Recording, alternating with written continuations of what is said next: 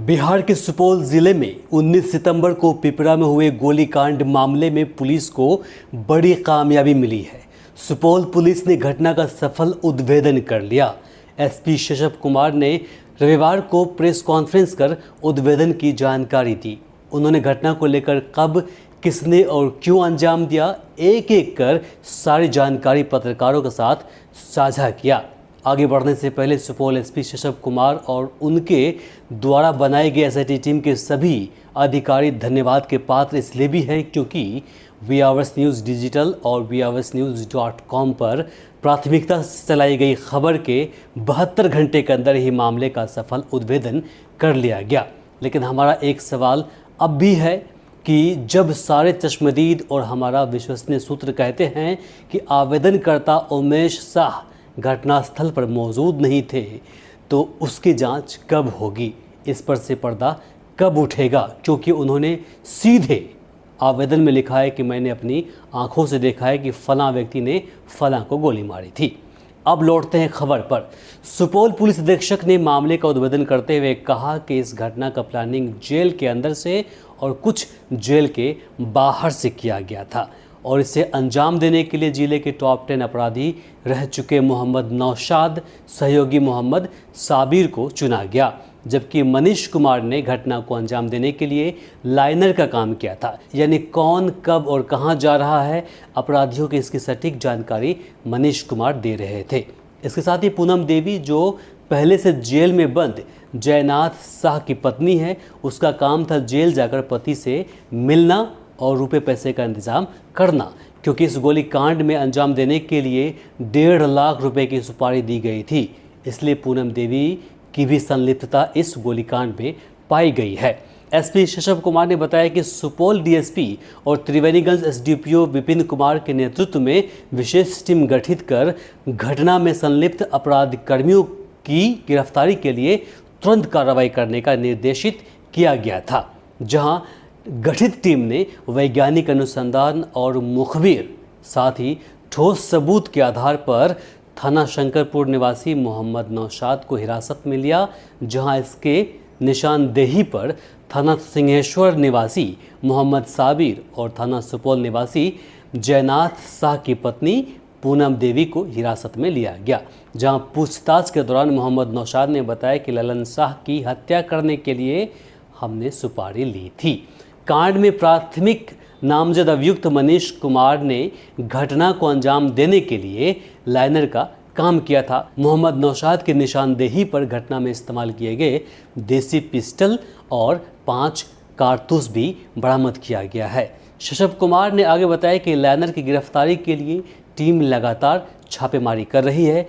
गिरफ्तार अपराधकर्मियों ने घटना में अपनी संलिप्तता स्वीकार किया है। गिरफ्तार सभी अभियुक्तों को न्यायिक हिरासत में भेजा जा रहा है, जहां इस घटना में जो भी लोग संलिप्त होंगे उसे किसी भी सूरत में बख्शे नहीं जाएंगे।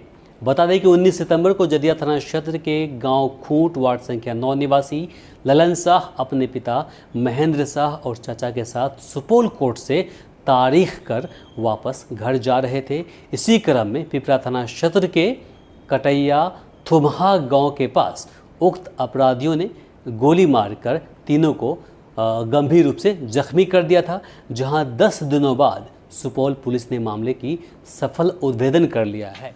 दिनांक 19/9/24 को एक घटना घटी थी पिपरा रोड में, जब एक मोटरसाइकिल पर 3 व्यक्ति जा रहे थे। उन्हें अज्ञात मोटरसाइकिल वालों ने तीनों को गोली मार के जख्मी कर दिया और तीनों को इलाज के लिए ले जाया गया और गंभीर अवस्था में सबका इलाज हुआ। इस घटना के क्रम में एक एसआईटी गठित किया गया। एसडीपीओ त्रिवेणीगंज के नेतृत्व में एसडीपीओ सुपौल थे, एसएचओ पिपरा थे और अन्य सदस्य उसमें थे और गहन अनुसंधान किया गया। चूँकि घटना गंभीर थी, 3 लोगों को गोली लगी थी। अनुसंधान के क्रम में गुप्तचर द्वारा और तकनीकी साक्ष्य के आधार पर हम लोग को साक्ष्य मिला कि घटना करने में नौशाद नाम का एक व्यक्ति है, जो कि सिंहेश्वर मधेपुरा का रहने वाला है। उसे हम लोगों ने पूछताछ के लिए लाया। घटना में उन्होंने अपनी संलिप्तता को स्वीकार किया और घटना में कारित करने वाले अन्य व्यक्तियों का नाम बताया, जिसमें मोहम्मद साबिर भी थे। और साबिर को पूछताछ के लिए लाया गया, उसने भी घटना को अपना संलिप्तता स्वीकार किया और पूछताछ के क्रम में इन्होंने बताया कि घटना कारित करने के बाद ये हरदी रोड भागे थे। वहाँ पर इन्होंने अपना जो हथियार प्रयोग किया उसे फेंका था, उसे भी रिकवर किया गया। इन लोगों के जो निशानदेही है उस पर घटना के कारण यह है कि 1 साल पहले ललन साव का भाई को इस कांड के जो अभियुक्त बने हैं लखन साव, उनसे भूमि विवाद था, जिसके चलते उसके भाई को पेट में गोली मारी गई थी। वे गंभीर रूप से जख्मी हुए थे और उसी केस के विवाद को लेकर के ये ललन साव पैरवी करता था और ये भागदौड़ करते थे। घटना के दिन उन लोगों को जानकारी थी कि ललन साव न्यायालय आने वाले हैं। वहीं से मनीष नाम का व्यक्ति जो है, जिनसे जमीन विवाद है, उसके जो संबंध में आते हैं, उसी ने घटना के बारे में योजना बनाया और 2 अपराधियों को वो सब हायर किया। और ये दोनों अपराधकर्मी जो पकड़ाए, इन्होंने संयुक्त इस बात को स्वीकार किया कि इन्हें 1.5 लाख रुपये पर घटना को अंजाम देने के लिए बात हुई थी। कुछ पैसा भी इन्हें प्राप्त है और इसी विवाद को लेकर के घटना को कारित किया गया है। अन्य अभियुक्तों की गिरफ्तारी के लिए अभी छापामारी जारी है। कांड अनुसंधान अंतर्गत है। सर, एक महिला भी गिरफ्तार हुई, उसकी कैसे? हाँ, उसका भी संलिप्तता कांड में है और वही महिला जेल जाया करती थी और जेल में अपने परिजन से मिलती थी और फिर जो अपराधियों से बातचीत होती थी और जो भी हम लोग को इसमें अनुसंधान विश्लेषण करने पर इस पर भी साक्ष्य आया है, पर्याप्त साक्ष्य है, जिस आधार पर गिरफ्तारी हुई है। नौशाद और के विरुद्ध कोई आपराधिक प्रयास? इसमें से जो मोहम्मद साबिर पकड़ाया है, ये सुपौल जिला का टॉप 10 वांटेड अपराधी था और कुछ दिन पहले ही हम लोगों ने इसे पकड़ के जेल भेजा था और जेल से इसका बेल हुआ।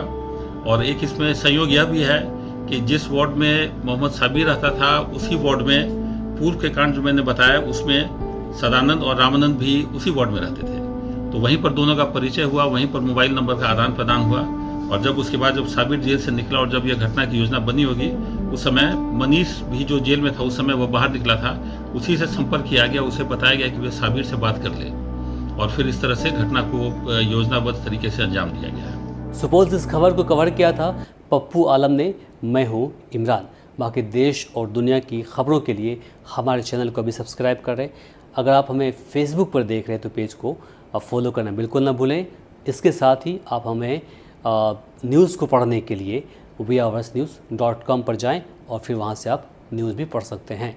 बाकी ये खबर, ये कवरेज आपको कैसी लगी कमेंट बॉक्स में लिखकर ज़रूर बताएं। नमस्कार, शब खैर।